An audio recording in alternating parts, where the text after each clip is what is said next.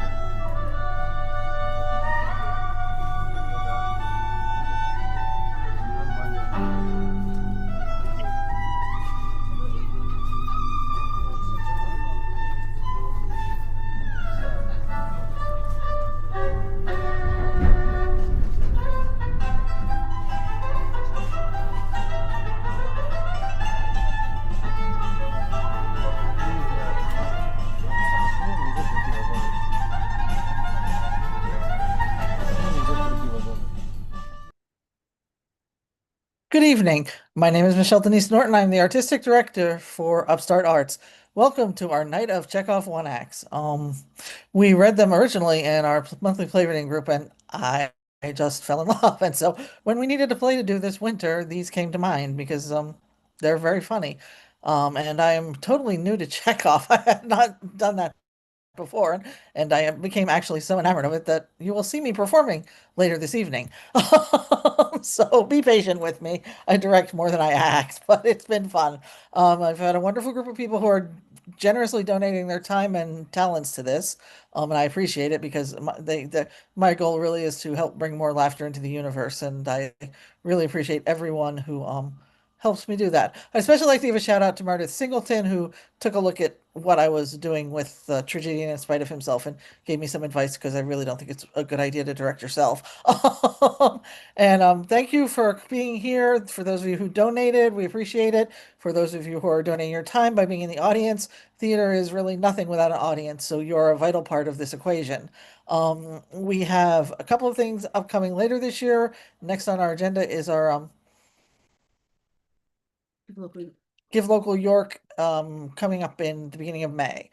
So thank you for coming. Enjoy the show. I'll be dropping a link to the program in the YouTube chat, and I'll also be hanging out in the YouTube chat if anybody has any questions. So thank you for coming. Enjoy Night of Chekhov.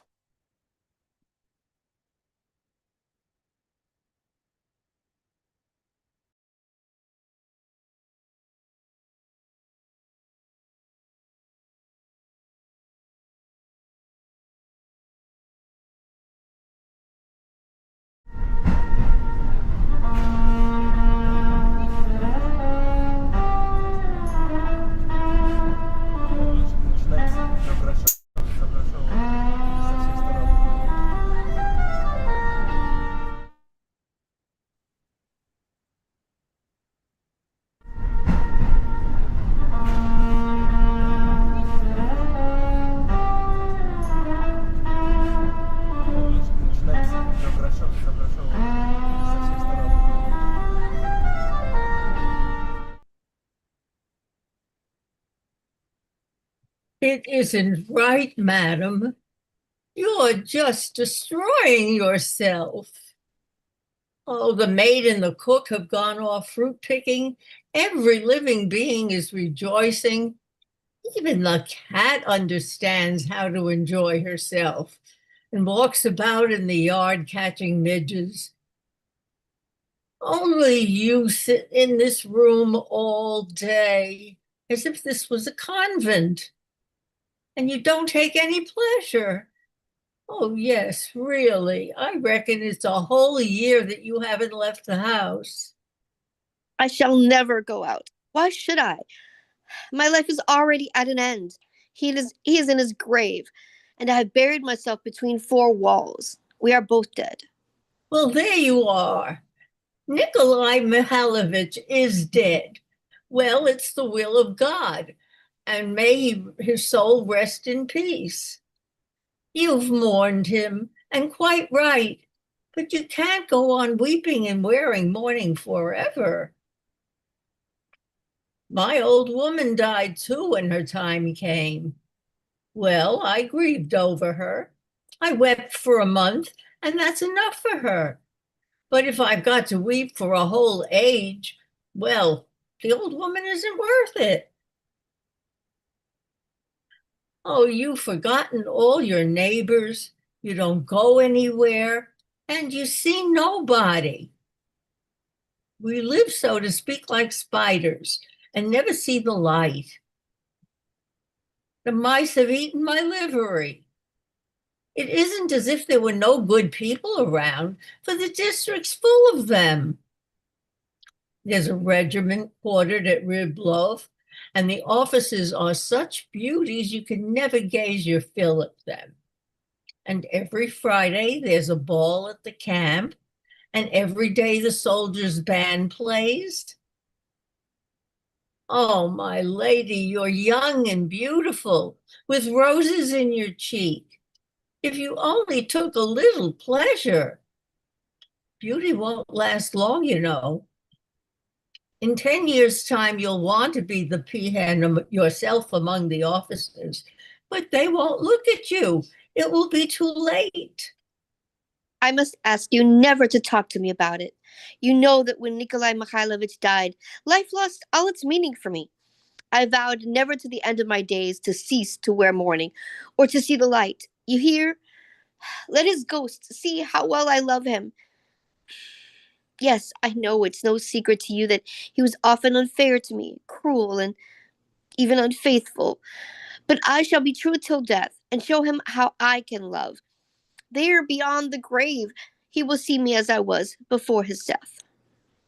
Instead of talking like that, you ought to go and have a walk in the garden, or else order Toby or Giant to be harnessed and then drive out to see some of the neighbors.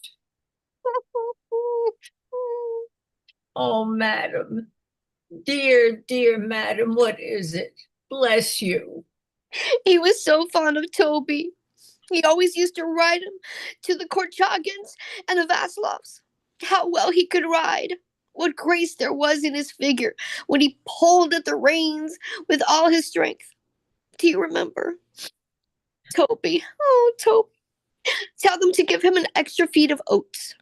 Yes, madam. Who's that? Tell them that I received nobody. Yes, madam. You will see, Nicholas, how I can love and forgive. My love will die out with me, only when this poor heart will cease to beat. And aren't you ashamed? I'm a good and virtuous little wife. I've locked myself in and will be true to you till the grave. And you, aren't you ashamed? You bad child. You deceived me, had rows with me, left me alone for weeks on end. Madam, somebody is asking for you. He wants to see you. But didn't you tell him that since the death of my husband, I've stopped receiving? I did, but he wouldn't even listen. Says it's a very pressing affair. I do not receive.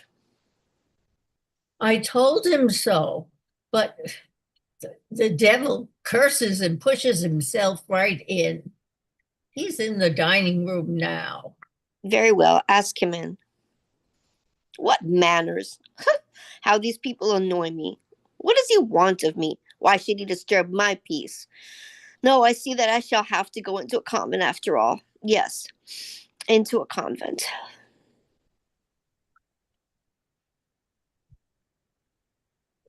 You fool, you're too fond of talking. Ass.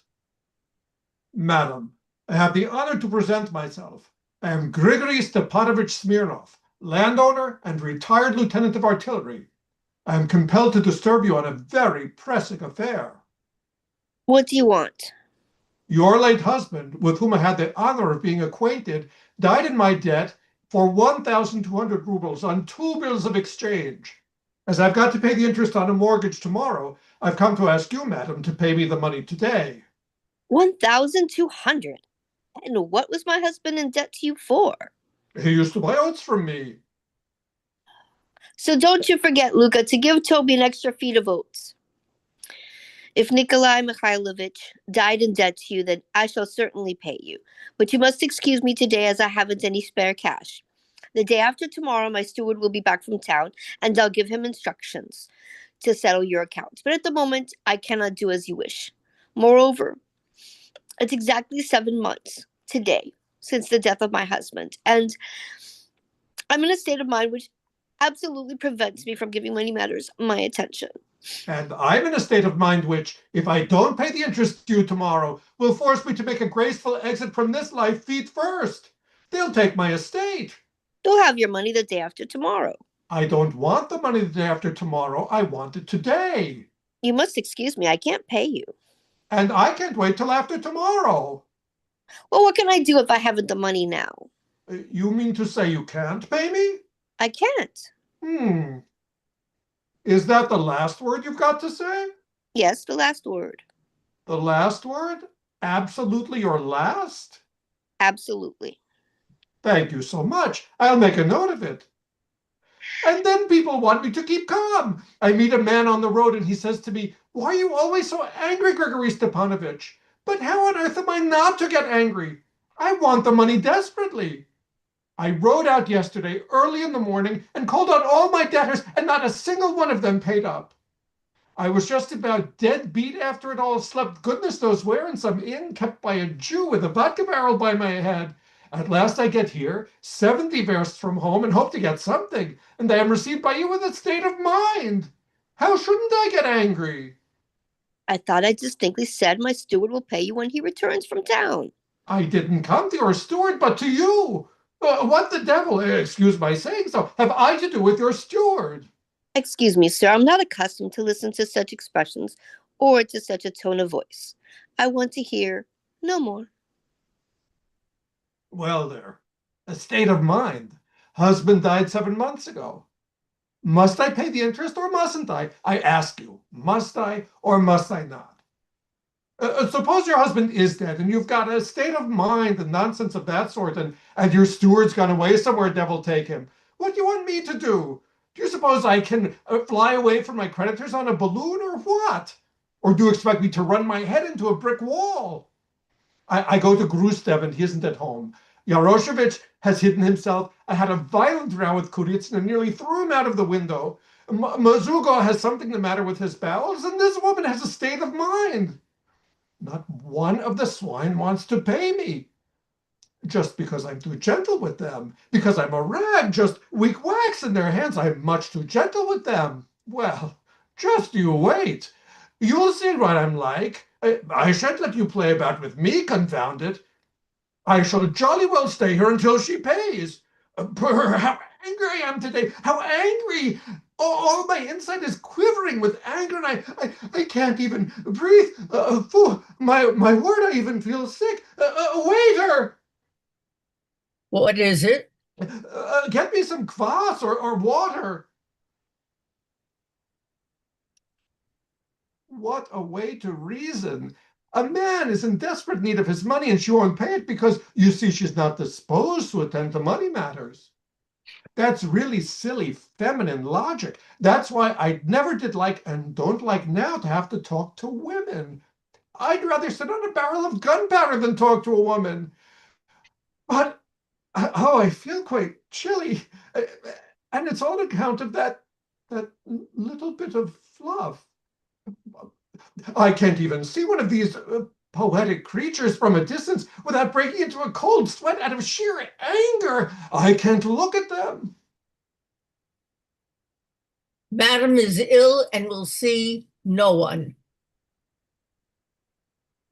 Get out. Ill and will see no one. No, it's all right. You don't see me. I'm going to stay and we'll sit here till you give me the money. You can be ill for a week if you like, and I'll stay here for a week. If you're ill for a year, I'll stay for a year. I'm going to get my own, my dear. You don't get at me with your widow's weeds and your dimpled cheeks. I know those dimples. Simeon, take them out. We're not going away right away. I'm staying here. Tell them in the stable to give the horses some oats. You fool, you've let the near horse's leg get tied up in the reins again. Never mind. I'll give it you. Never mind. Oh, it's bad. The heat's frightful. Nobody pays up. I slept badly. And on top of everything else, here's a bit of fluff in mourning with a state of mind. My head's aching. Shall I have some vodka? What? Yes, I think I will. Waiter! What is it? A glass of vodka. Oof. I must say I look well. Dust everywhere. My boots are filthy, unwashed, unkempt. Straw on my waistcoat. The dear lady may well have taken me for a brigand. Oh. It's rather impolite to come into a drawing room in this state, but it can't be helped. I'm not here as a visitor, but as a creditor, and there's no dress specially prescribed for creditors. You allow yourself to go too far, sir. What? Nothing really. Whom are you talking to? Shut up. Oh, the devil's come to stay. Bad luck that brought him. Oh, how angry I am. So angry I think I could grind the whole world to dust. I even feel sick. Waiter! Sir, in my solitude, I have grown unaccustomed to the masculine voice, and I can't stand shouting. I must ask you not to disturb my peace. Pay me my money and I'll go. I told you perfectly plainly. I haven't any money to spare. Wait until the day after tomorrow. And I told you perfectly plainly, I don't want the money the day after tomorrow, but today. If you don't pay me today, I'll have to hang myself tomorrow. Oh, what can I do if I haven't got the money? You're so strange. Then you won't pay me now, eh? I can't.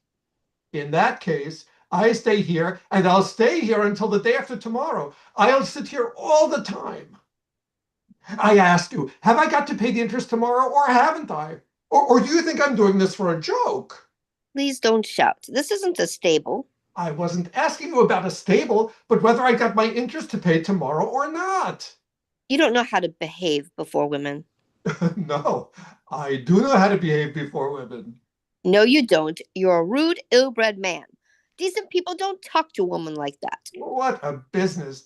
How do you want me to talk to you, in French or what?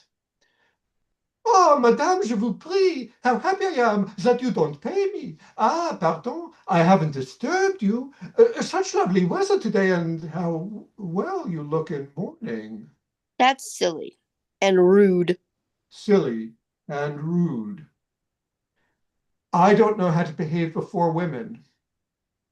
Madam, in my time I've seen more women than you've seen sparrows. 3 times I fought duels on account of women.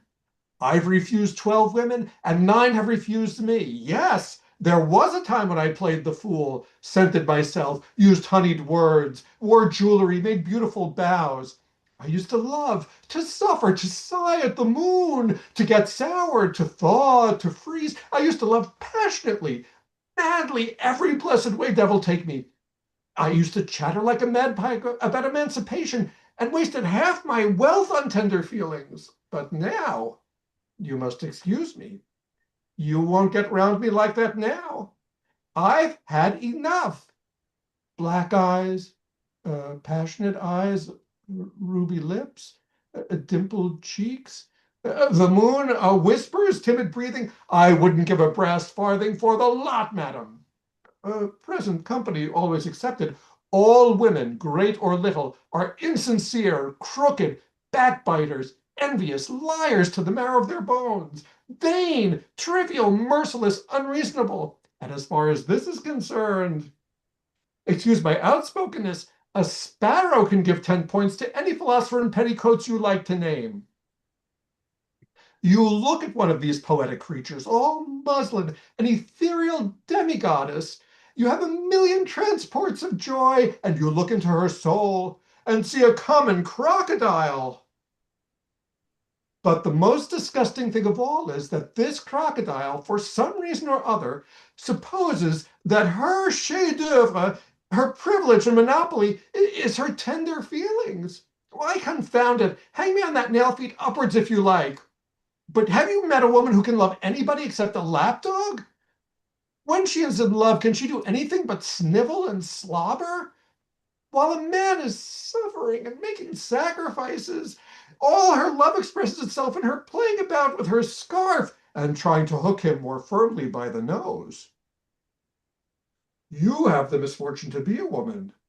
You know from yourself what is the nature of woman. Tell me truthfully, have you ever seen a woman who is sincere, faithful, and constant?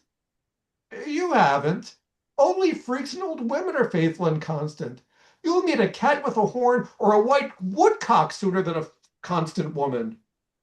Then according to you, who is faithful and constant in love? Is it the man? Yes, the man. The man. Men are faithful and constant in love. What an idea. What right have you to talk to me like that? Men are faithful and constant. Since we are talking about it, I'll tell you that of all the men I knew and know, the best was my late husband. I loved him passionately with all my being as only a young and imaginative woman can love. I gave him my youth, my happiness, my life, my fortune. I breathed in him, I worshipped him as if he were a heathen. And what then? This best of men shamelessly deceived me at every step. After his death, I found in his desk a whole drawer full of love letters. And when he was alive, it's an awful thing to remember. He used to leave me alone for weeks at a time and make love to other women and betray me before my very eyes. He wasted my money and made fun of my feelings. And in spite of all that, I loved him and was true to him. And not only that, but now that he is dead, I am still true and constant to his memory. I have shut myself forever within these four walls and will wear these weeds to the very end. Weeds. I don't know what you take me for, as if I don't know why you wear that black domino and bury yourself between these four walls. I should say I did. It's so mysterious, so poetic. When some junker or some tame poet goes past your window, he'll think, there lives the mysterious Tamara, who for the love of her husband buried herself between four walls. We know these games. What? How dare you say all that to me?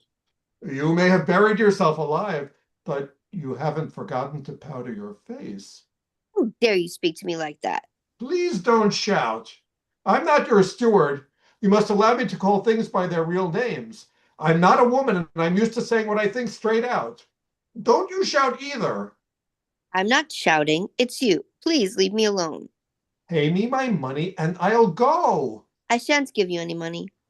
Oh, no, you will. I shan't give you a farthing just to spite you. You leave me alone. I have not the pleasure of being either your husband or your fiancé, so please don't make scenes. I don't like it.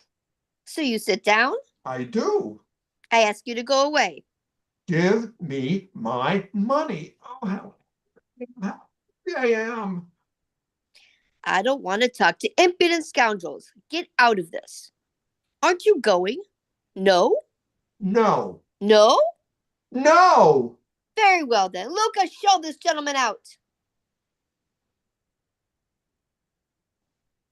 Would you mind going out, sir, as you're asked to? Shut up. Who are you talking to? I'll chop you into pieces. Oh, little fathers. Oh, what people? Oh, I'm ill. I can't breathe. Dasha, Pelageya, Dasha. There's no one here. They are all out. They've gone to pick fruit. There's nobody at home. I'm ill. Water. Get out of this now.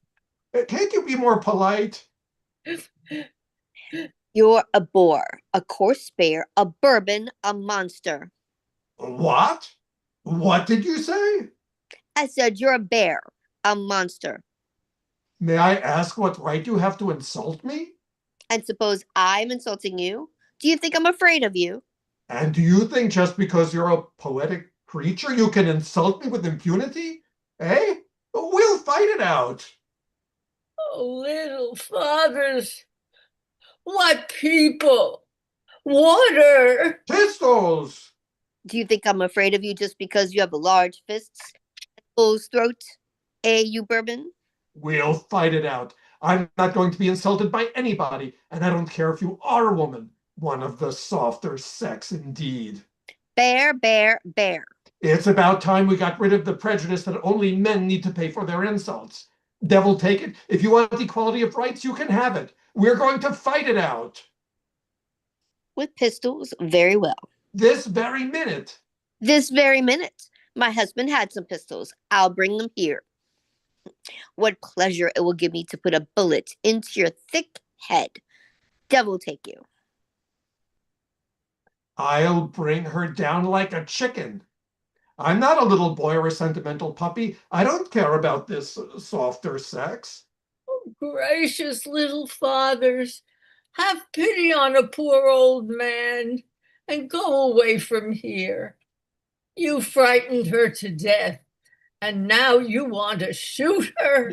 If she fights, well, that's equality of rights, emancipation and all that. Here the sexes are equal. I'll shoot her on principle. But what a woman. Devil take you, I'll put a bullet into your thick head. Eh? How she reddened, how her cheeks shone. She accepted my challenge. My word, it's the first time in my life that I've seen a woman so. Oh, go away, sir, and I'll always pray to God for you. She is a woman. That's the sort I can understand. A real woman, not a sour-faced jellybag, but fire, gunpowder, a rocket. I'm even sorry to have to kill her. Oh, dear, dear sir, do go away. I absolutely like her. Absolutely. Even though her cheeks are dimpled, I like her. I'm almost ready to let the debt go. And I'm not angry any longer. Oh, wonderful woman. Here are the pistols. But before we fight, you must show me how to fire. I've never held a pistol in my hands before. Oh, Lord, have mercy and save her. I'll go and find the coachman and the gardener. Why has this infliction come upon us? You see, there are several sorts of pistols. There are Mortimer pistols specially made for duels. They fire a percussion cap. These are Smith & Wesson revolvers, triple action with extractors. These are excellent pistols. They can't cost less than 90 rubles the pair. You must hold the revolver like this. Her eyes, what an inspiring woman. Like this? Yes, like this. Then you cock the trigger and take aim like this. Put your head back a little. Hold your arm out properly, like that. Then you press this thing with your finger, and that's all. The great thing is to keep cool and aim steadily. Try not to jerk your arm. Very well. It's inconvenient to shoot in a room. Let's go into the garden. Come along then, but I warn you, I'm going to fire in the air. That's the last straw. Why? Because it's my affair. Are you afraid? Yes. No, sir, you don't get out of it. You come with me. I shan't have any peace until I've made a hole in your forehead. That forehead which I hate so much. Are you afraid? Yes, I am afraid. You lie. Why won't you fight? Because I like you. He likes me. He dares say that he likes me. That's the way.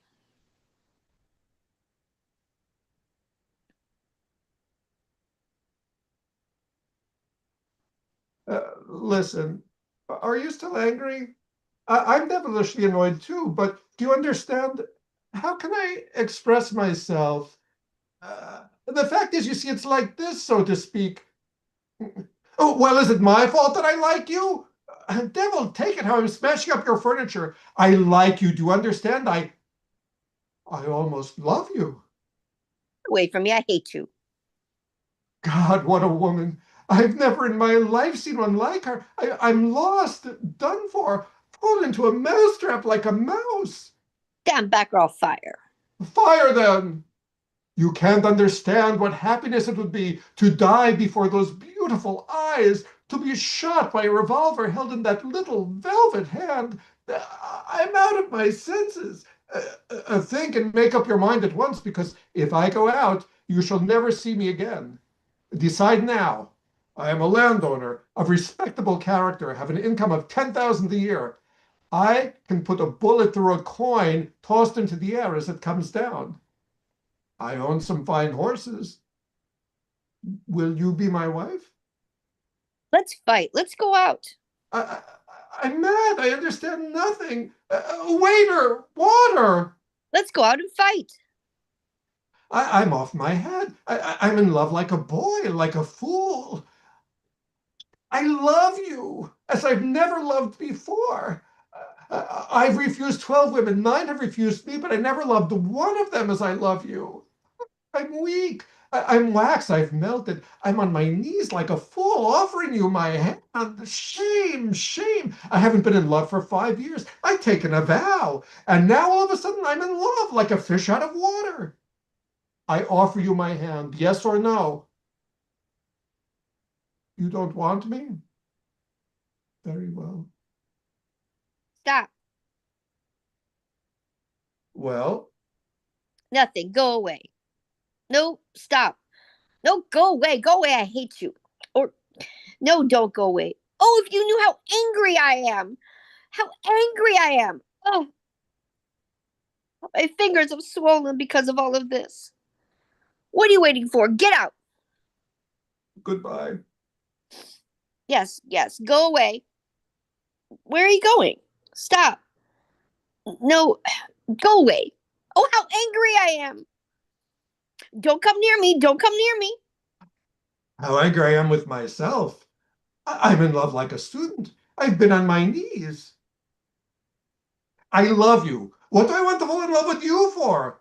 Tomorrow I've got to pay the interest and begin mowing and hear you. I shall never forgive myself for this. Get away from me. Take your hands away. I hate you. Let's go and fight.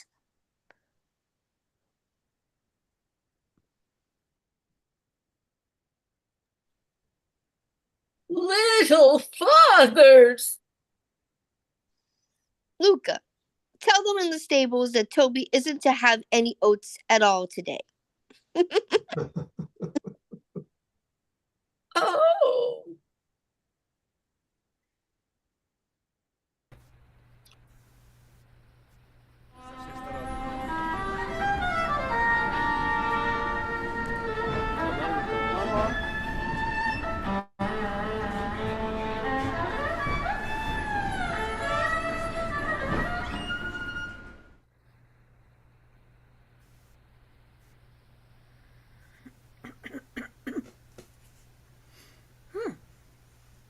My dear fellow, whom do I see? Ivan Vasilievich? I am extremely glad. Oh, now this is a surprise, my darling. How are you? Thank you, and how may you be getting on? We just get along somehow, my angel, in your prayers and so on. Sit down, please do. Now, you know you shouldn't forget all about your neighbors, my darling. My dear fellow, why are you so formal in your get-up? Evening dress? Top hat? Can you be going somewhere, my treasure? No, I've only come to see you, honored Stepan Stepanovich. Then why are you in evening dress, my precious? Well, you see, it's like this. I've come to see you, honored Stepan Stepanovich, to trouble you with a request. Not once or twice have I already had the privilege of applying to you for help, and you have always, so to speak. I must ask your pardon. I'm getting excited. I shall drink some water, honored Stepan Stepanovich. He's come to borrow money. Shan't give him any. What is it, my beauty? You see, Honor Stepanovich, I beg pardon, Stepan Honorich. I'm awfully excited, as you will please notice. In short, you alone can help me, though I don't deserve it, of course, and haven't any right to count on your assistance. Oh, don't go round and round it, darling. Spit it out. Well, One moment, this very minute. The fact is, I've come to ask the hand of your daughter, Natalia Stepanova, in marriage. by Jove! Ivan Vasilovich! Say it again. I didn't hear it all. I have the honor to ask. Oh, my dear fellow! I'm so glad, and so on. Yes, indeed, and all that sort of thing. Oh, I've been hoping for it for a long time.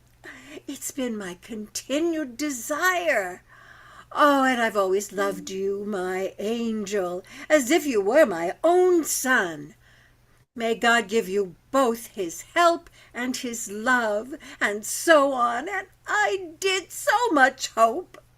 Oh, what am I behaving in this idiotic way for? I'm off my balance with joy, absolutely off my balance. Oh, with all my soul. I'll go and call Natasha and all that. Honored Stepan Stepanovich, do you think I may count on her consent? Why, of course, my darling, and as if she won't consent. Oh, she's in love. Egad, she's like a lovesick cat, and so on. Shan't be long. It's cold. I'm trembling all over, just as if I'd got an examination before me. The great thing is, I must have my mind made up. If I give myself time to think, to hesitate, to talk a lot, to look for an ideal or for real love, then I'll never get married. Oh, purr, it's so cold. Natalia Stepanova is an excellent housekeeper. Not bad looking, well educated. What more do I want? But I'm getting a noise in my ears from excitement. And it's impossible for me not to marry. But I'm getting a noise. In the first place, I'm already 35, a critical age, so to speak. In the second place, I ought to lead a quiet and regular life. I suffer from palpitations. I'm excitable and always getting awfully upset. At this very moment, my lips are trembling and there's a twitch on my right eyebrow. But the very worst of all is the way I sleep. I no sooner get into bed and begin to go off when suddenly something on my left side gives a pull. I can feel it in my shoulder and my head. I jump up like a lunatic, walk about a bit, and lie down again. But as soon as I begin to get off to sleep, there's another pull, and this may happen 20 times. Well, that's you. And Papa said, go. There's a merchant come for his goods. How do you do, Ivan Vasilievich? How do you do, honored Natalia Stepanova? You must excuse my apron and negligee. We're shelling peas for drying. Why haven't you been here for such a long time? Sit down. Won't you have some lunch? No, thank you. I've had some already. Then smoke. Here are some matches. The weather is splendid now, but yesterday it was so wet that the workmen didn't do anything all day. How much hay have you stacked? Just think, I felt greedy and had a whole field cut, and now I'm not at all pleased about it because I'm afraid my hay may rot. I ought to have waited a bit. But what's this? Why, you're in evening dress. Well, I never. Are you going to a ball or what? Though I must say you look better. Tell me, why are you got up like that? You see, Honor Natalia Stepanova, the fact is, I've made up my mind to ask you to hear me out. Of course, you'll be surprised and perhaps even angry, but it's awfully cold. What's the matter?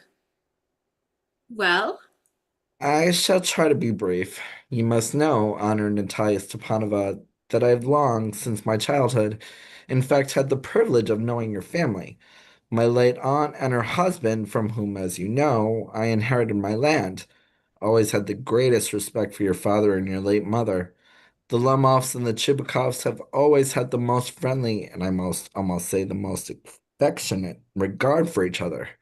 And as you know, my land is a near neighbor of yours. You remember that my oxen meadows touch your birchwoods. excuse my interrupting you. You say my oxen meadows, but are they yours? Yes, mine. What are you talking about? Oxen meadows are ours, not yours. No, mine, honor to Natalia Stepanova. Well, I never knew that before. How do you make that out? No, I'm speaking of those oxen meadows which are wedged in between your birchwoods and the birch marsh. Yes, yes, they're ours. No, you're mistaken, Honor Natalia Stepanova. They're mine. Just think, Ivan Vasilievich, how long have they been yours? How long? As long as I can remember. Really? You won't get me to believe that. But you can see from the documents, Honor Natalia Stepanova, Oxen Meadows, it's true, were once the subject of dispute, but now everybody knows that they're mine.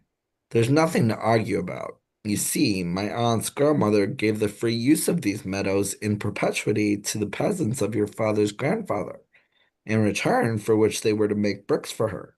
The peasants belonging to your father's grandfather had the free use of the meadows for 40 years and had got into the habit of regarding them as their own, when it happened that, No, it isn't at all like that. Both my grandfather and great grandfather reckoned that their land extended to Bird's Marsh, which means that Oxen Meadows were ours. I don't see what there is to argue about. It's simply silly. I'll show you the documents, Natalia Stepanova. No, you're simply joking or making fun of me. What a surprise! We've had the land for nearly 300 years, and then we're suddenly told that it isn't ours. Ivan Vasilievich, I can hardly believe my own ears. These meadows aren't worth much to me. They only come to 5 desiatins and are worth perhaps 300 rubles. But I can't stand unfairness. Say what you will, but I can't stand unfairness. Hear me out, I implore you. The peasants of your father's grandfather, as I have already had the honor of explaining to you, used to bake bricks for my aunt's grandmother. Now my aunt's grandmother, wishing to make them a pleasant, I can't make head or tail of all this about aunts and grandfathers and grandmothers. The meadows are ours, and that's all. mine. Ours. You can go on proving it for 2 days on end. You can go and put on 15 dress jackets, but I tell you, they're ours, ours, ours.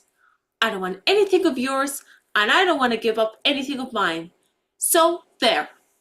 Natalia Ivanova, I don't want the meadows, but I'm acting on principle. If you like, I'll make you a present of them. I can make you a present of them myself, because they're mine. Your behavior, Ivan Vasilievich, is strange to say the least. Up to this, we have always thought of you as a good neighbor, a friend. Last year, we lent you our threshing machine, although on that account, we had to put off our own threshing until November. But you behaved to us as if we were gypsies. Giving me my own land, indeed. No, really, that's not at all neighborly. In my opinion, it's even impudent if you want to know. Then you make out that I'm a land grabber? Madam, never in my life have I grabbed anybody else's land, and I shan't allow anybody to accuse me of having done so. Oxen Meadows are mine. It's not true. They're ours. Mine. It's not true. I'll prove it. I'll send my mowers out to the meadows this very day. What? My mowers will be there this very day. I'll give it to them in the neck. You dare. Oxen Meadows are mine. You understand? Mine. Don't shout, please. You can shot yourself horse in your own house, but here I must ask you to restrain yourself. If it wasn't, madam, for this awful, excruciating palpitation, if my whole inside wasn't upset, I'd talk to you in a different way. Oxen Meadows are mine. Ours! Mine. Ours! Mine. What's the Ours! matter? What are you shouting at? Papa, please tell to this gentleman who owns Oxen Meadows. We or he? Darling, the meadows are ours. But please, Stepan Stepanovich, how can they be yours? Do be a reasonable man. My aunt's grandmother gave the meadows to the temporary and free use of your grandfather's peasants. The peasants used the land for 40 years and got as accustomed to it as if it was their own. When it happened that... Excuse me, my precious. You forget just this, that the peasants didn't pay your grandmother and all that because the meadows were in dispute and so on, and now everybody knows that they're ours. It means that you haven't seen the plan. I'll prove it to you that they're mine. You won't prove it, my darling. I shall. Dear one, why yell like that? You won't prove anything just by yelling. I don't want anything of yours, and I don't intend to give up what I have. Why should I? And you know, my beloved, that if you propose to go on arguing about it, I'd much sooner give up the meadows to the peasants than to you. There. I don't understand. How have you the right to give away somebody else's property? You may take it that I know whether I have the right or not, because, young man, I'm not used to being spoken to in that tone of voice, and so on.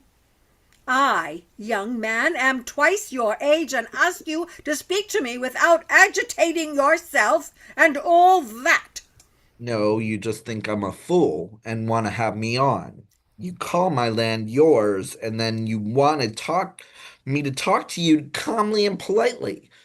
Good neighbors don't behave like that, Stepan Stepanovich. You're not a neighbor, you're a grabber. What's that? What did you say? Papa, send the mowers out to the meadows at once. What did you say, sir? Oxen Meadows are ours, and I shan't give them up, shan't give them up, shan't give them up. We'll see. I'll have the matter taken to court, and then I'll show you. To court? You can take it to court and all that. You can. I know you. You're just on the lookout for a chance to go to court and all that. You pettifogger. All your people were like that. All of them. Never mind about my people. The Lomovs has all been honorable people, and not one has ever been tried for embezzlement, like your grandfather. You Lomovs have had lunacy in your family, all of you. All. Your grandfather was a drunkard, and your younger aunt, Nastasia Milanovna, ran away with an architect, and so on. And your mother was humpbacked. Something pulling in my side. My head. Help, water. Your father was a guzzling gambler. And there haven't been many backbiters to equal your aunt. My left foot has gone to sleep. You're an intriguer. Oh, my heart. And it's an open secret that before the last elections, I can see stars. Where's my hat? It's low. It's dishonest. It's mean. And you're just a malicious, double-faced intriguer. Yes! Here's my hat. My heart. Which way? Where's the door? Oh, I think I'm dying. My foot's quite numb. And don't set foot in my house again! Take it to court. We'll see. Devil take him. What a rascal. What trust can one have in one's neighbors after that? The villain, the scarecrow. The monster. First he takes our land, and then he has the impudence to abuse us. And that blind hen, yes, that turnip ghost, has the confounded cheek to make a proposal, and so on. What? A proposal? Oh, What proposal? why, he came here so as to propose to you. To propose? To me? Why didn't you tell me so before? So he dresses up in evening clothes, the stuffed sausage, the wizen-faced frump. To propose to me? Oh! Bring him back! Oh! Bring him back! Oh, Bring home here. quick! Quick! Emil! Fetch him! What's that? What's the matter with you? Oh, unhappy man that I am. I'll shoot myself. I'll hang myself. We've done for her. I'm dying! Fetch him! At once, don't yell. Oh, God. Oh, what have they done to me? Fetch him back! Fetch him! He's coming. And so on. Devil take him. Oh, you talk to him yourself. I don't want to. Fetch him! He's coming, I tell you. Oh, what a burden. Lord, to be the father of a grown-up daughter. I'll cut my throat. I will indeed. We cursed him, abused him, drove him out. And it's all you. No, it was you! I tell you it's not my fault. Now, you talk to him yourself. My heart's palpitating awfully. My foot's gone asleep. There's something keeps pulling in my side. Forgive us, Ivan Vasilievich. We were all a little heated. I remember now. Oxen Meadows really are yours. My heart's beating awfully. My eyebrows are both twitching. The meadows are yours. Yes, yours. Do sit down. We were wrong. I did it on principle. My land is worth little to me, but the principle. Yes, the principal. Just so. Now let's talk of something else. The more so as I have evidence. My aunt's grandmother gave the land to your father's grandfather's peasants. Yes, let that pass. I wish I knew how to get him started. Are you going to start shooting soon? I'm thinking of having a go at the blackcock, honored Natalia Stepanovna, after the harvest. Oh, have you heard? Just think what a misfortune I've had. My dog Guess, whom you know has gone lame. What a pity. Why? I don't know. Must have got twisted or bitten by some other dog. My very best dog. To say nothing of the expense, I gave Marinov 125 rubles for him. It was too much, Ivan Vasilievich. I think it was very cheap. He's a first-rate dog. Papa gave 85 rubles for his Squeezer, and Squeezer is heaps better than Guess. Squeezer? Better than Guess. What an idea. Squeezer better than Guess. Of course he's better. Of course, Squeezer is young. He may develop a bit, but on points and pedigree, he's better than anything that even Volchanesky has got.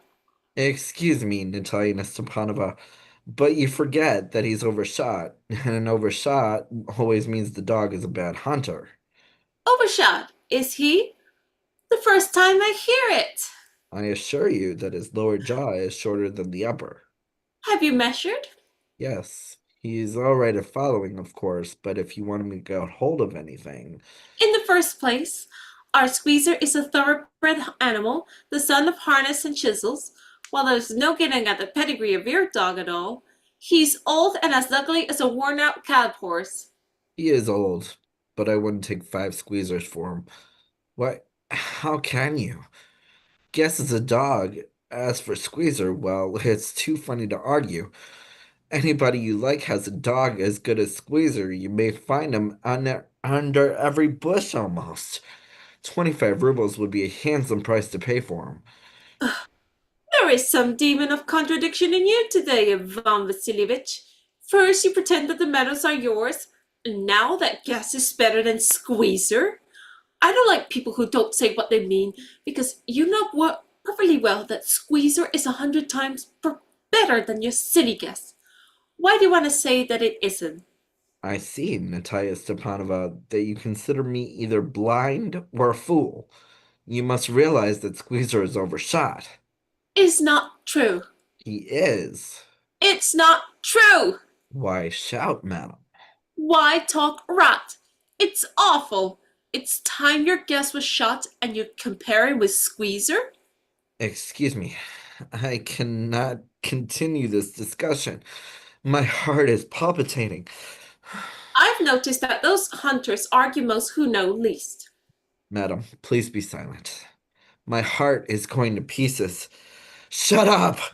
I shan't shut up until you acknowledge that Squeezer is 100 times better than your guess. 100 times worse. Be hanged to your Squeezer. His head, eyes, shoulder.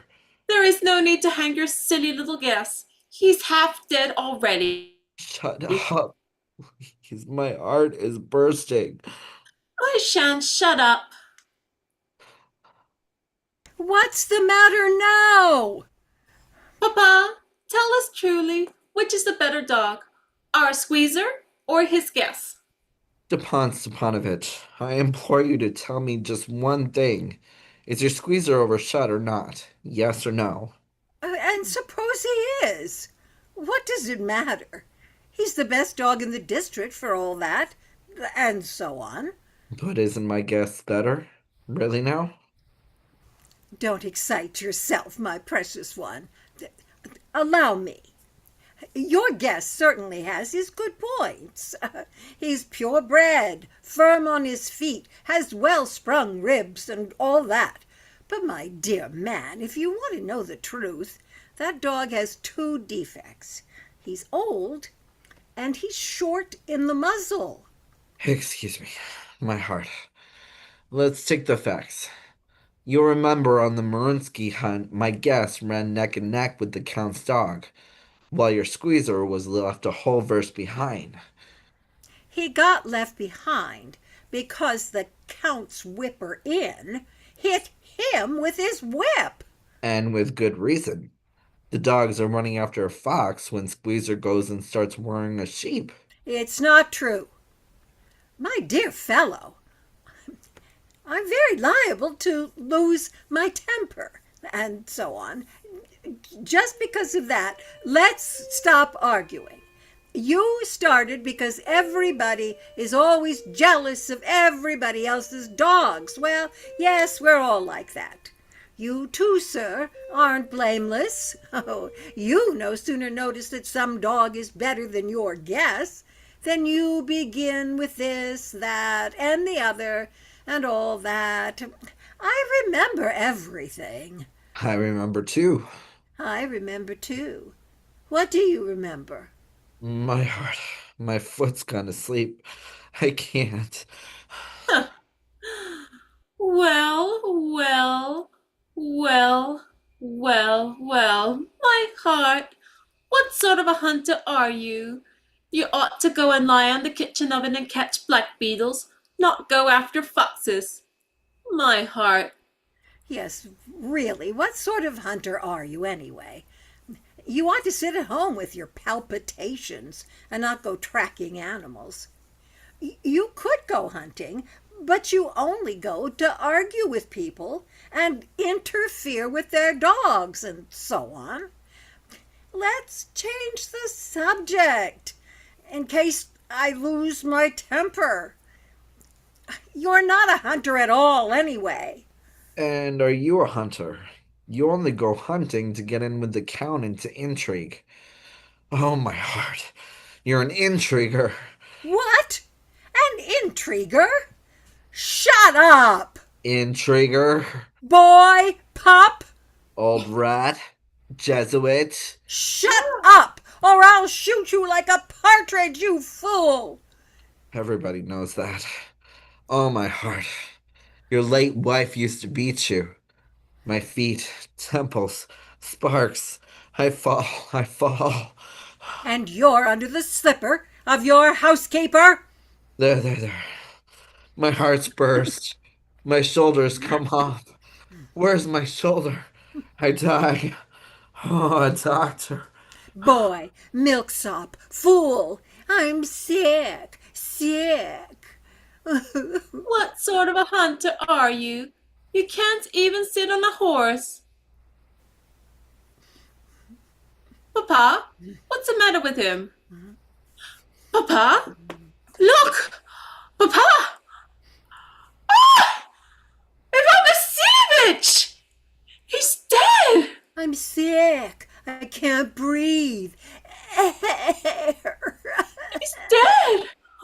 Ivan Vasilievich! Ivan Vasilievich! Oh, what have you done to me? He's dead? A doctor! Doctor! Oh, what is it? What's the matter? He's dead! Dead! Who's dead? So he is. My word. Water. A doctor. Oh, no, he doesn't drink. It means he's dead. And all that. I'm the most unhappy of men. Oh, why don't I put a bullet into my brain? Why haven't I cut my throat yet? What am I waiting for? Give me a knife. Give me a pistol. He seems to be coming round. Drink some water. That's right. I see stars. Mist. Where am I? Hurry up and get married. And, well, to the devil with you. She's willing. She's willing and all that.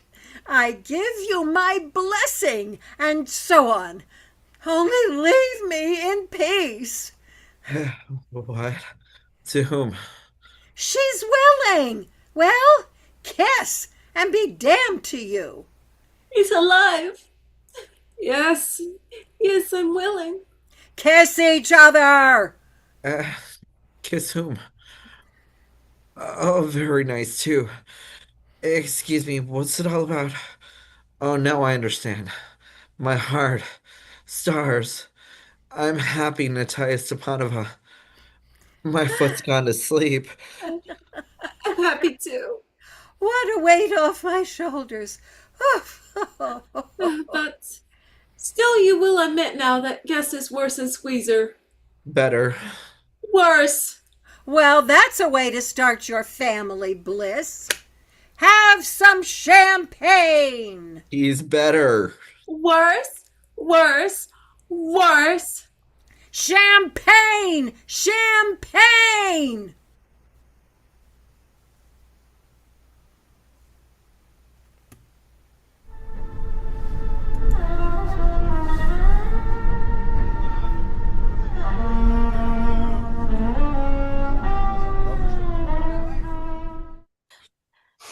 How do you do, Ivan Ivanovich? Delighted to see you. What brings you here? My dear good fellow, I want to ask you something.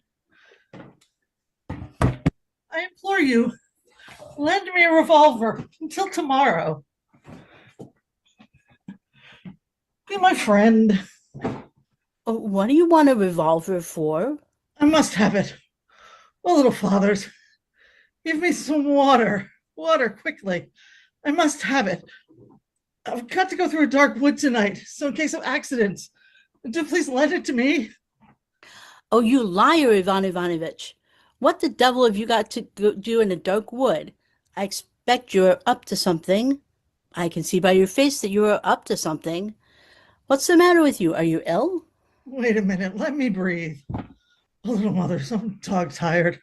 I've got a feeling all over me, and my head as well, as if I've been roasted on a spit. I can't stand it any longer. Be a friend and don't ask me any questions or insist on details. Just give me the revolver. I beseech you. Well, really, Ivan Ivanovich, what cowardice is this? The father of a family and a civil servant holding a responsible post? For shame. What sort of father of a family am I? I am a martyr. I am a beast of burden, a slave, a rascal who keeps on waiting here for something to happen instead of starting off for the next world. I'm a rag, a fool, an idiot. Why am I alive?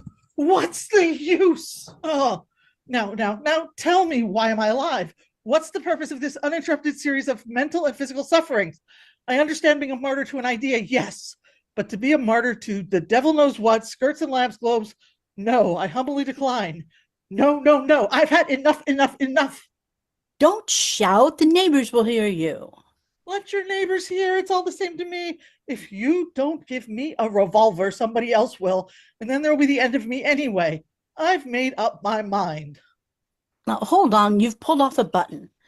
Speak calmly. I still don't understand what's wrong with your life. What's wrong?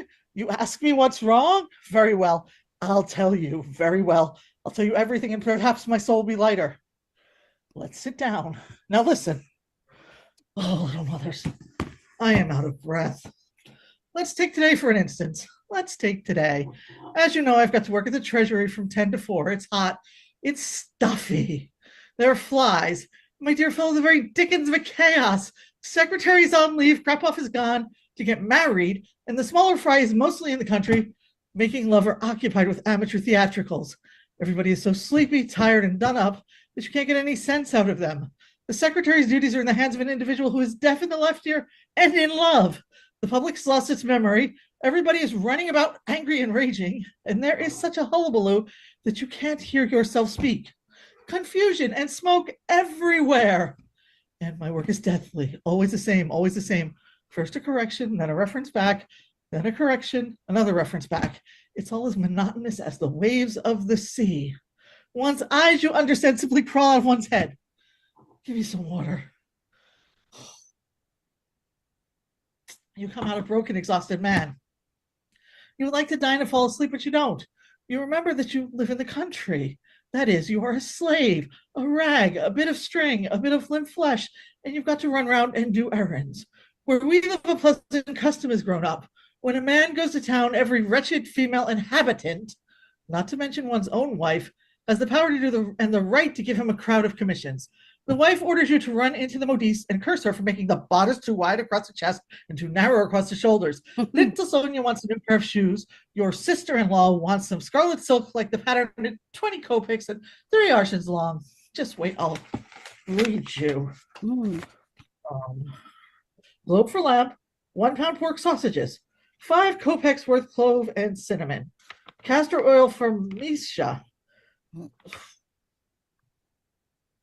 for bringing from home, a copper jar for the lamp, carbolic acid, insect powder, 10 kopecks worth, 20 bottles of beer, vinegar, and corsets for Mademoiselle Chanceau and number 82.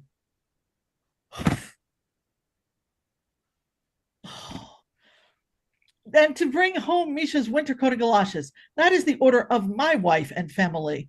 Then there are commissions of our dear friends and neighbors. Devil take them. Tomorrow is the name day of Vlodia Vlasin. I have to buy a bicycle for him. The wife of Lieutenant Colonel Lurkin is in an interesting condition, and I am therefore bound to call in the midwives every day and invite her to come.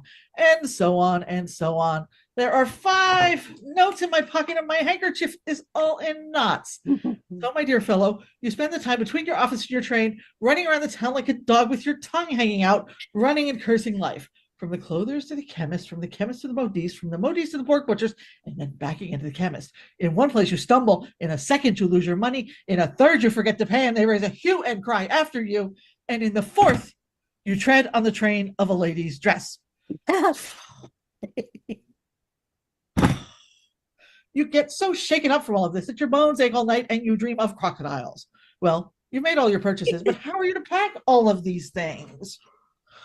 How do you put the heavy copper jar together with the lamp globe or the carbolic acid with the tea? How are you to make a combination of beer bottles and this bicycle? It's labors of Hercules, a puzzle, a rebus. Whatever tricks you think of, in the long run, you're bound to smash or scatter something. And at the station end of the train, you have to stand with your arms apart, holding up some parcel or other under your chin, with cardboard parcels, cardboard boxes, and like rubbish all over you. The train starts. The passengers begin to throw your luggage about on all sides.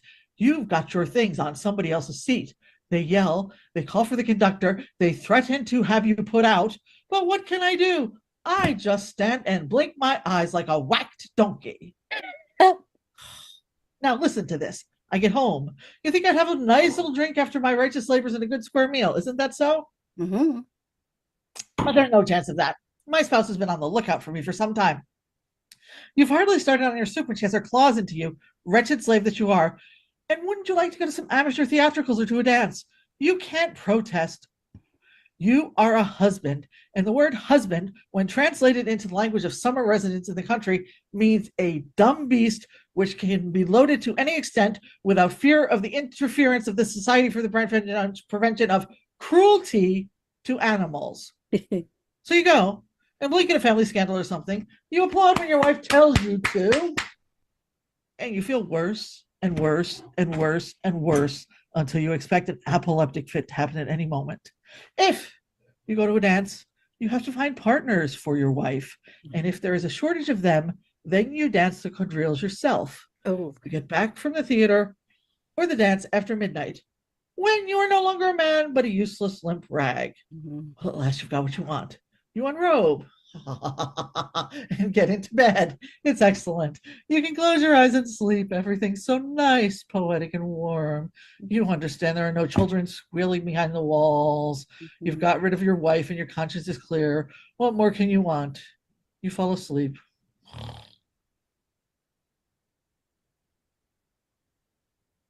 And then you hear a buzz. Gnats! Gnats! What more? Be they triply accursed. Gnats! Gnats, it's one of the plagues of Egypt, one of the tortures of the Inquisition. Buzz! It sounds so painful, so pathetic. It's just begging for your pardon, but the villain stings so that you have to scratch yourself for over an hour after. You smoke and go for them and cover yourself from head to foot. But it's no good. At last, you have to sacrifice yourself and let the cursed things devour you. No sooner got used to the gnats when another plague begins. Downstairs, your wife begins practicing sentimental songs with her two friends. They sleep by day and rehearse for amateur concerts by night. Oh my God, those tenors are a torture with no gnats on earth can compare. Oh, tell me not my youth has ruined you. Before thee do I stand enchanted. Oh, the beastly things. They've about killed me. So to deafen myself a little, I do this. I drum on my ears. This goes on till 4 o'clock. Oh, give me some more water, brother. I can't. Well, not having slept, you get up at 6 o'clock in the morning and off you go to the station. You run so as not to be late, and it's muddy, foggy, cold. Then you get to town and start all over again. So there, brother. It's a horrible life. I wouldn't wish one like it for my enemy. You understand? I'm ill, got asthma, heartburn, always afraid of something. I've got indigestion. Everything is thick before me. I've become a regular psychopath. Only between ourselves, I want to go down to see Sheshet or Mesnevsky. There's some devil in me, brother. In moments of despair and suffering, when the gnats are stinging or the tenors sing, everything suddenly grows dim. You jump up and race around the whole house like a lunatic and shout, I want blood, blood. And really, all the time you do want to let a knife into somebody or hit him over the head with a chair. That's what life in a summer villa leads to. And nobody has any sympathy for me, and everybody seems to think it's all this should be.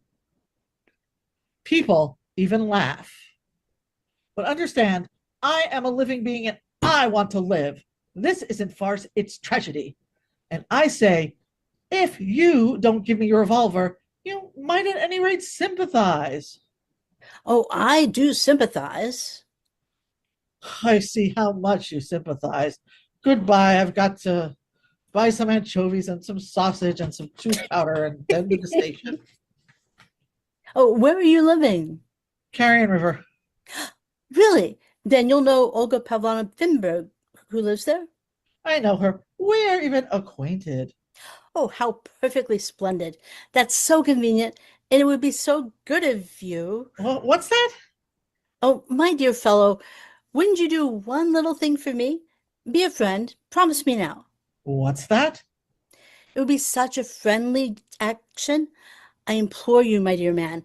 In the first place, give Olga Pavlovna my very kind regards. In the second place, there's a little thing I'd like you to take down to her. She asked me to get a sewing machine, but I haven't anybody to send it down to her by. You take it, my dear. And you might at the same time take this canary in its cage, only be careful or you'll break the door. What are you looking at me like that for? A sewing machine? A canary in a cage? Siskins? Chaffinches? Ivan Ivanovich, what's the matter with you? Why are you turning purple? Give me the sewing machine. Where's the bird cage? Now get on top yourself. Eat me, tear me to pieces, kill me. I want blood, blood, blood. You've gone mad. I want blood, blood. He's gone mad. Peter, Maria, where are you? Help! Blood.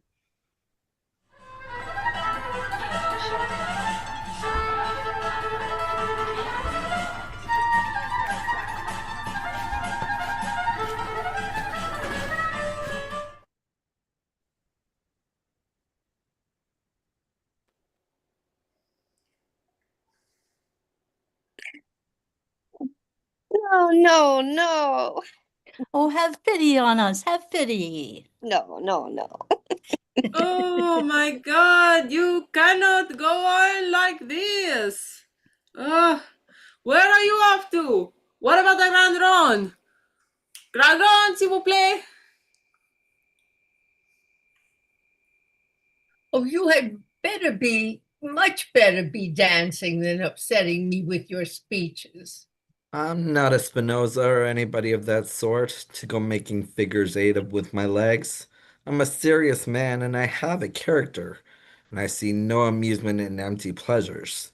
But it isn't just a matter of dances. You must excuse me, Mamma, but there's a good deal in your behavior which I'm unable to understand. For instance, in addition to objects of domestic importance, you promised also to give me, with your daughter, 2 lottery tickets. Where are they?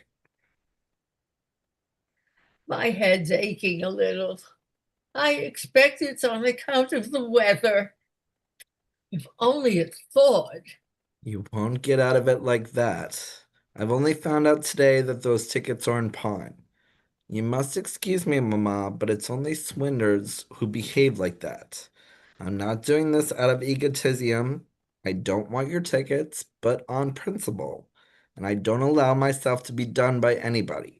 I made your daughter happy, and if you don't give me the tickets today, I'll make short work of her. I'm an honorable man. 1, 2, 3, 4, 5. Good. The cook asks if you would like the ices served with rum, Madeira, or by themselves. With rum. And tell the manager that there's not enough wine. Tell him to prepare some more au seitan. You also promised and agreed that a general was to be here to supper. Where is he? Well, that isn't my fault, my dear. Whose fault then? Andrei Andronovich's fault. Yesterday, he came to see me and promised to bring a perfectly real general. I suppose he couldn't find one anywhere, or he'd have brought him. You think we don't mind? We'd begrudge our child nothing. A general, of course. But there's more. Everybody, including yourself, Mama, is aware of the fact that Yats, the telegraphist, was after Dashenka before I proposed to her. Why did you invite him? Surely you knew it would be unpleasant for me. Oh, how can you? Epanomond Maximanovich was married himself only the other day, and you've already tired me and Dashanka out with your talk. What will you be like in a year's time? Oh, you're horrid, really horrid. Then you don't like to hear the truth? uh, then behave honorably. I only want you to do one thing. Be honorable. Promenade, monsieur! Promenade! Promenade! Oh, have pity, adorable Anna Martinova. Oh, what a man. I've already told you that I've no voice today. Oh, but I implore you to sing. Just one note. Have pity, just one note. I'm tired of you. No, you're simply heartless. To be so cruel, if I may express myself, and to have such a beautiful, beautiful voice. With such a voice, if you'll forgive me using the word, you shouldn't be a midwife, but sing at concerts, at public gatherings. For example, how divinely you do that Fiatura, that I loved you, love was vain then. How exquisite. I loved you and may love again. Is that it? That's it. Beautiful. No, I've no voice today. There, wave this fan for me. It's hot. Kamenon Maximovich, why are you so melancholy? A bridegroom shouldn't be. Aren't you ashamed of you yourself, you wretch? Well, what are you so thoughtful about? Marriage is a serious step. Everything must be considered from all sides, thoroughly. What beastly skeptics you all are. I feel quite suffocated with you all around. Give me atmosphere, do you hear? Give me atmosphere. La, la, la, la, la, la. Beautiful, beautiful. Fan me, or I feel I shall have a heart attack in a minute. Tell me, please, why do I feel so suffocated? Well, it's because you're sweating. Pooh, how vulgar you are. Don't dare to use such words. I beg your pardon. Of course, you used, if I may say so, to aristocratic society, and so... Leave me alone. Give me poetry, delight. Oh, fan me, fan me. Let's have another. What?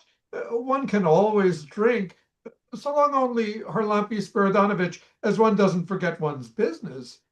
Drink and be merry, and if you can drink at somebody else's expense, then why not drink? You can drink your health. And do you have tigers in Greece? Yes, And lions? and lions too. In Russia, there's nothing. And in Greece, there's everything. My father and uncle and brothers. And here, there's missing. Nothing. And are there whales in Greece? Yes, everything. What are they all eating and drinking like that for? It's time for everybody to sit down to supper. Don't keep on shoving your fork into the lobsters. They're for the general. He may come yet. And are there lobsters in Greece?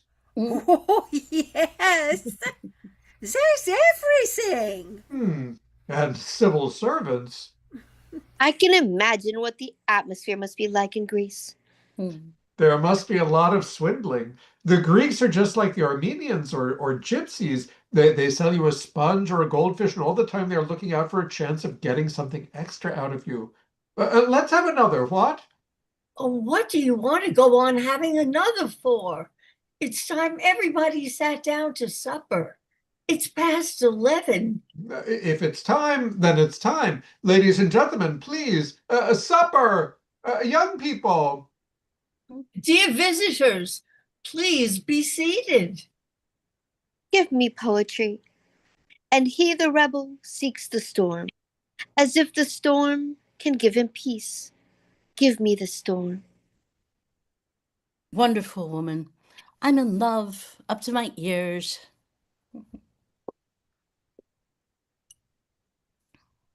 ladies and gentlemen, I must tell you this. We are going to have a great many toasts and speeches. Don't let's wait, but begin at once.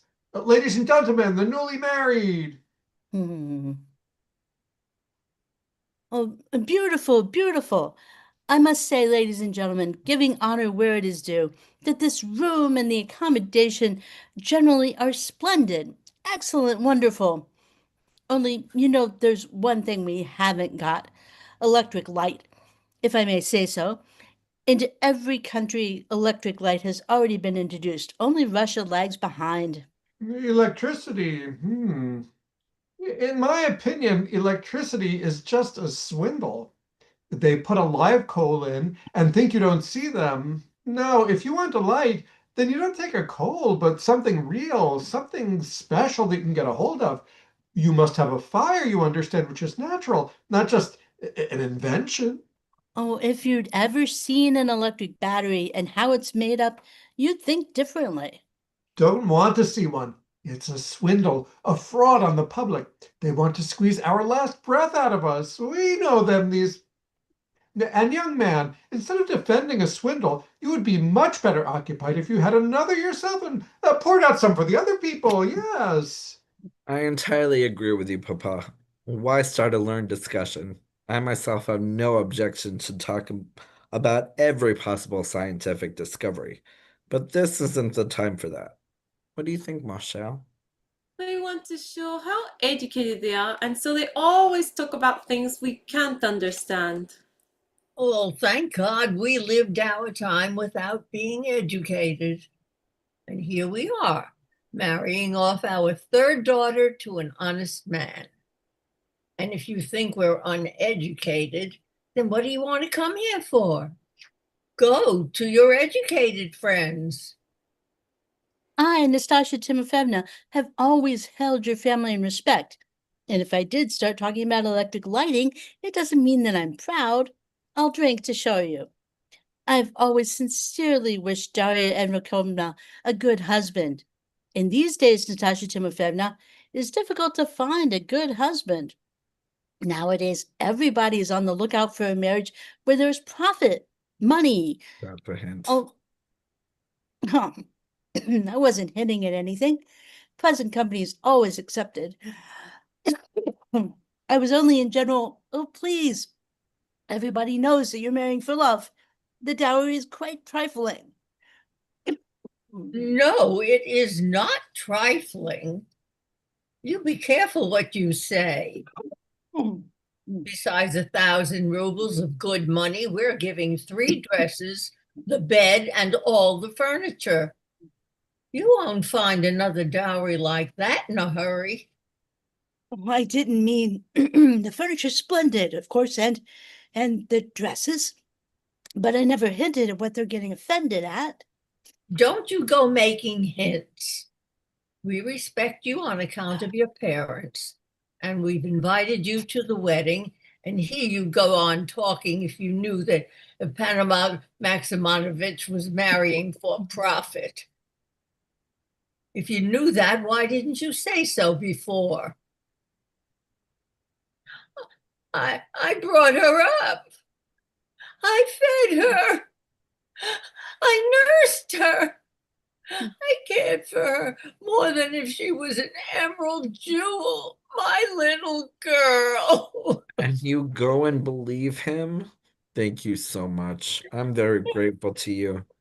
And as for you, Mr. Yachts, although you're acquainted with me, I shan't allow you to behave like this in another's house. Please get out of this. What do you mean? I want you to be as straightforward as I am. In short, please get out. You leave him Leave him alone. Sit down. Let him be. Is it worth it? Stop. I now. never- Stop it. I don't understand. Oh, please, I'll go. Only you first give me the 5 rubles which you borrowed from me last year on the strength of a pink waistcoat, if I may say so. Then I'll just have another drink and go. Only give me the money first. You sit Sit down. down. That's enough. It's just such a trifle. Oh, The health of the bride's parents, Evdokin Sakharich and Nastasia Timofeevna. I thank you, dear guests. I am very grateful to you for not having forgotten and for having conferred this honor upon us without being standoffish. And you must not think I'm a rascal or I'm trying to swindle anybody. I'm speaking from my heart, from the purity of my soul. I wouldn't deny anything to good people. We thank you very humbly. Mama, why are you crying? I'm so happy. Mama is disturbed at your coming separation, but I should advise her rather to remember the last talk we had. Don't cry, Nastasia Timofeevna. Just think, what are human tears anyway? Just petty psychiatry and nothing more. And are there any red-haired men in Greece? oh, yes, everything is there. But you don't have our kinds of mushroom. Yes, we've got Sam and everything. Harlapi Spiridonovich, it's your turn to speak. Ladies and gentlemen, a speech. Speech. Speech. Your turn. Speech. Why? I don't understand. What is it? No, you can't refuse. It's your turn. Get up. I can't say what. There's Russia, and there's Greece. There's people in Russia, and people in Greece, and there's people swimming in the sea in caravs, which means ships, and people on the land in railway trains. I understand. We are Greeks and you are Russians, and I want nothing. I can tell you. There's Russia and there's Greece. Wait, ladies and gentlemen, do not eat now. Just wait, Nastasia Timofeevna. Just come here if you don't mind. Listen, the general is coming. I found what at last. I'm simply worn out. A real general. A solid one. Old, you know. Age perhaps 80 or even 90. When is he coming? This minute. You will be grateful to me all your life. You're not deceiving me, Andre, darling. Well, now, am I a swindler? You needn't worry. One doesn't like to spend money for nothing, Andre, darling. Don't you worry. He is not a general. He's a dream. I said to him, "You've quite forgotten us, Your Excellency. It isn't kind of Your Excellency to forget your old friends. Nastasia Timofeevna," I said to him, "she's very annoyed with you about it." And he says to me, "But my friend, how can I go on when I don't know the bridegroom?" "Ah, nonsense, Your Excellency. Why stand on ceremony? The bridegroom," I said to him, "he's a fine fellow, very free and easy. He's a valuer," I said, "at the law courts. And don't you think, Your Excellency, that he's some rascal, some knave of hearts? Nowadays," I said to him, "even decent women are employed at the law courts. We slap you on the shoulder, we smoke the Havana cigar each, and now he's coming. Wait a little, ladies and gentlemen, do not eat." When's he coming? This minute. When I left him, he was already putting on his galoshes. Wait a minute, ladies and gentlemen, do not eat yet. The band should be told to play a march. Musicians, a march! Mr. Revonov Karaulov. Awfully. Please Your come in, Excellency. Your Excellency. We, Your Excellency, aren't celebrities. We aren't important, but quite ordinary. But don't think on that account that there's any fraud. We put good people in the best place. We begrudge nothing. Please. Awfully glad. Let me introduce to you, Your Excellency, the bridegroom, Epanemon Masimovich Oplomov, with his newly married wife, Ivan Mikhailovich Yats, employed on the telegraph, foreigner of Greek nationality, a confectioner by trade, Harlampy Spiridonovich Dimba, Osip Lukich Popemandevsky, and so on, and so on. The rest are just trash. Sit down, Your Excellency. Awfully. Excuse me, ladies and gentlemen. I just want to say 2 words to Andre. Say, old man, I'm a little put out. Why do you call me Your Excellency? I'm not a general. I don't rank as the equivalent of a colonel, even. I know only Fyodor Yakovlevich. Be a good man and let us call you Your Excellency. The family here, you see, is patriarchal. It respects the aged. It likes rank. Oh, if it's like that, very well. Sit Awfully. down, Your Excellency. Be so good. Have some of this, Your Excellency. Only forgive us for not being used to etiquette. We're plain people. What? Yes. Yes. In the old days, everybody used to live simply and was happy. In spite of my rank, I am a man who lives plainly. Today, Andre comes to me and asks me to come here to the wedding. How shall I go, I said, when I don't know them? It's not good manners. But he says they are good, simple, patriarchal people, glad to see anybody. Well, if that's the case, why not? Very glad to come. It's very dull for me at home myself, and if my presence at a wedding can make anybody happy, then I'm delighted to be here. Then that's sincere, is it, Your Excellency?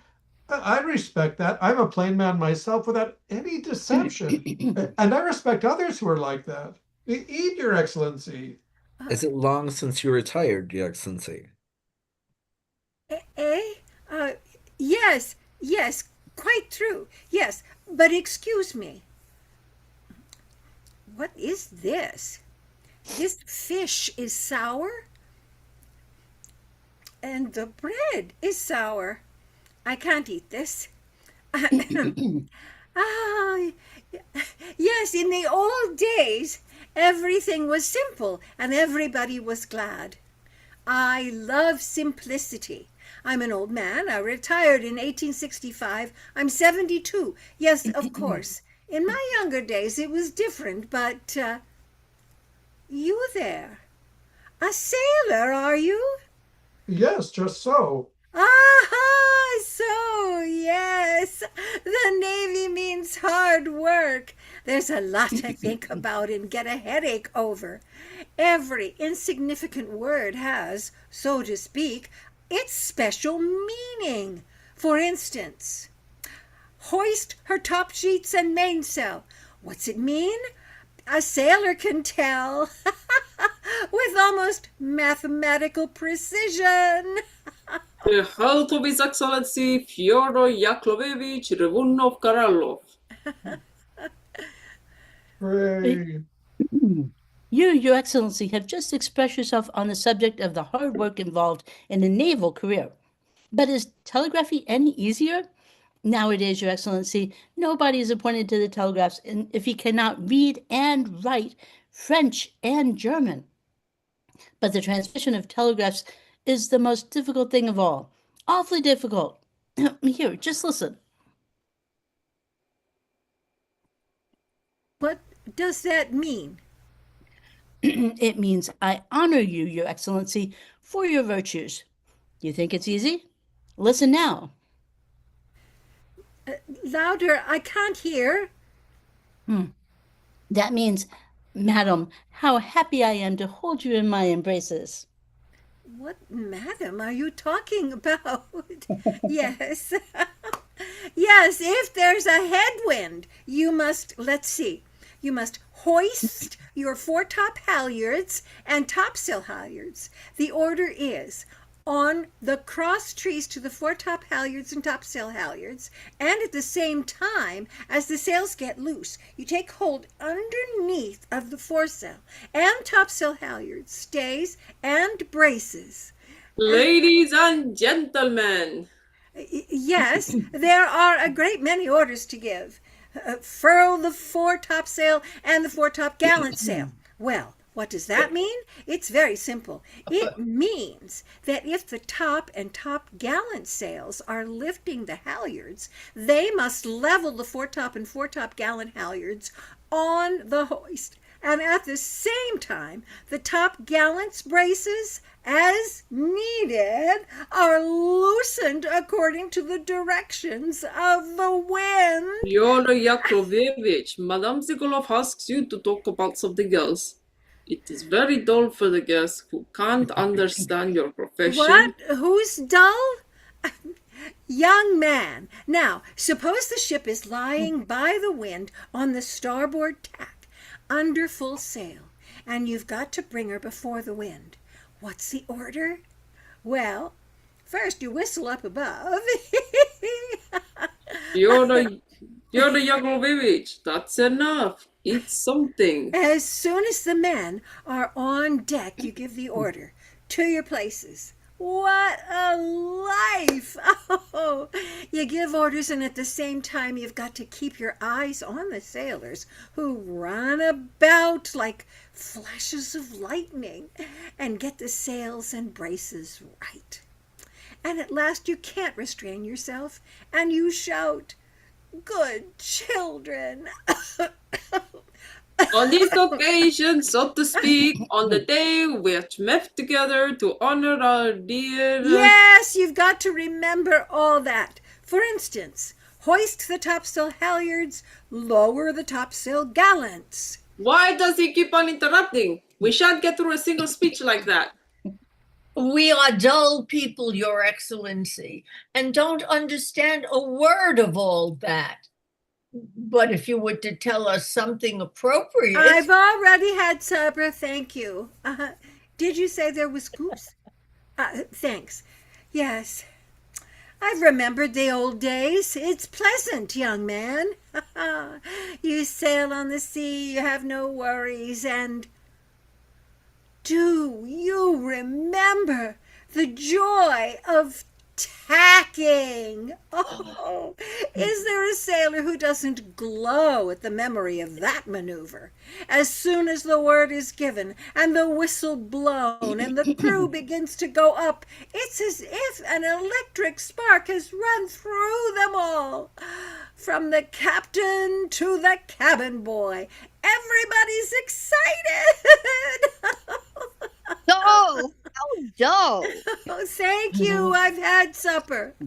Everybody's ready and looks to the senior officer. He gives the command. Stand by, gallants and topsail braces on the starboard side. Main and counter braces to port. Everything's done in a twinkling. Oh, top sheets and jib sheets are pulled, taken to starboard. The ship takes the wind, and at last the sails fill out. The senior officer orders, "To the braces," and himself keeps his eye on the mainsail. And when at last this sail is filling out and the ship begins to turn, he yells at the top of his voice, "Let go the braces! Loose the main halyards! Everything flies about! There's a general confusion for a moment, and everything is done without an error. The ship has been tacked!" General, your manners! You ought to be ashamed of yourself at your age. Did you say sausage? No, I haven't had any, thank you. I say you ought to be ashamed of yourself at your age. General, your manners are awful. Ladies and gentlemen, is it worth it? Really? In the first place, I'm not a general, but a second-class naval captain, which, according to the table of precedence, corresponds to a lieutenant colonel. If you're not a general, then what did you go and take our money for? We never paid you money to behave like this. What money? You know what money. You know that you got 25 rubles from Andrei Andreevich. And you look out, Andrei. I never asked you to hire a man like that. There, now, let it drop. Is it worth it? Paid. Hired. What is it? Just let me ask you this. Did you receive 25 rubles from Andrei Andreevich? What 25 rubles? Oh, that's what it is? Now I understand it all. How mean! How mean! Did you take the money? I haven't taken any money. Get away from me. How mean! How low! To insult an old man, a sailor, an officer who has served long and faithfully. If you were decent people, I could call somebody out. But what can I do now? Where's the door? Which way do I go? Waiter, show me the way out. Waiter, how mean! How low! Andrei, where are those 25 rubles? Is it worthwhile bothering about such trifles? What does it matter? Everybody's happy here, and here you go. The health of the bride and the bridegroom. A march! A march! The health of the bride and the bridegroom.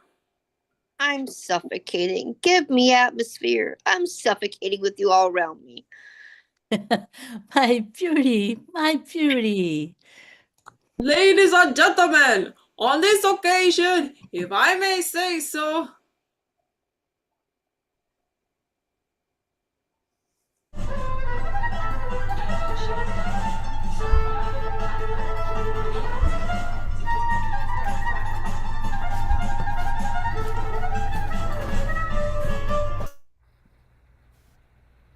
Hello. Good evening, everyone. I'm Stephanie Schwartz.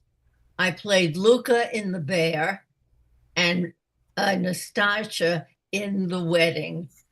I enjoyed bringing these characters to you, and I hope you enjoyed meeting them. Thank you very much for coming tonight. Good evening, everyone. I'm Jennifer Garcia, and I played Elena Ivanovna Popova in The Bear. And in The Wedding, I played Anna Martinova Zmukina and a waiter. I hope you enjoyed this evening. Good evening. I'm Eric Subin. I played Grigory Stepanovich Smirnov in The Bear and Zhigalov and Mozgovoy in The Wedding. Thank you. Hi, I'm Priscilla McFerrin.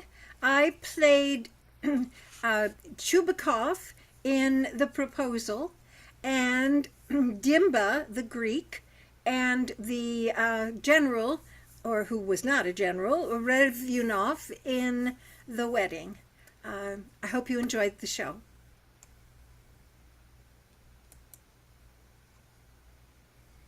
I am Jonathan Davis. I played Lomov in The Proposal and then Ampomov in The Wedding.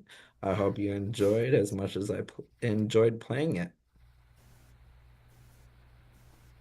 hello, my name is Eliana Garcia, and I played Natalia Stepanovna in The Proposal, as well as Dashinka, Nunin, Andrei Andreevich Nunin, and the groomsman in The Wedding. Thank you very much, and I hope you enjoyed the show. Hi, my name is Michelle Denise Norton. I directed this, and I also played Ivan Ivanovich Tolkov in the Tragedian in Spite of Himself. Thank you for coming.